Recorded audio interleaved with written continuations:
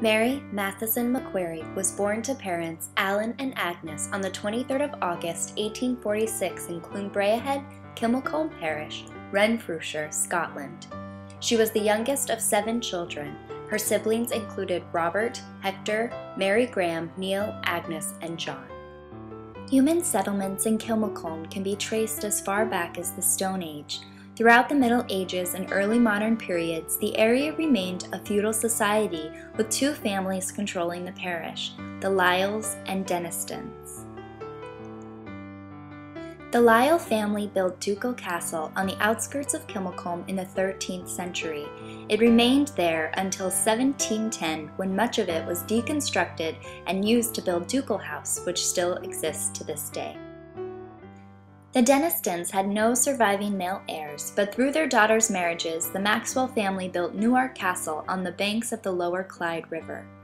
After Sir George Maxwell sold many of his lands to the Scottish government in the 18th century, this area separated from Kilmacombe Parish and became Port Glasgow.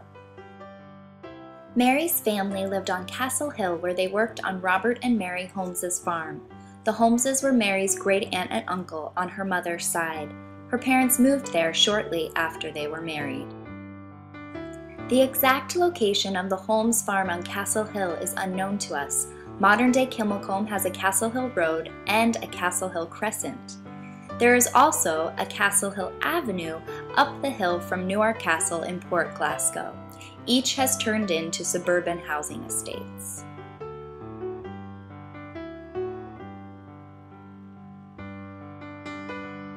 Mary and her siblings first learned of the church after their brother Hector was baptized by Elder Baxter while blacksmith apprenticing in Glasgow. They were members of the Greenock branch, which still exists today.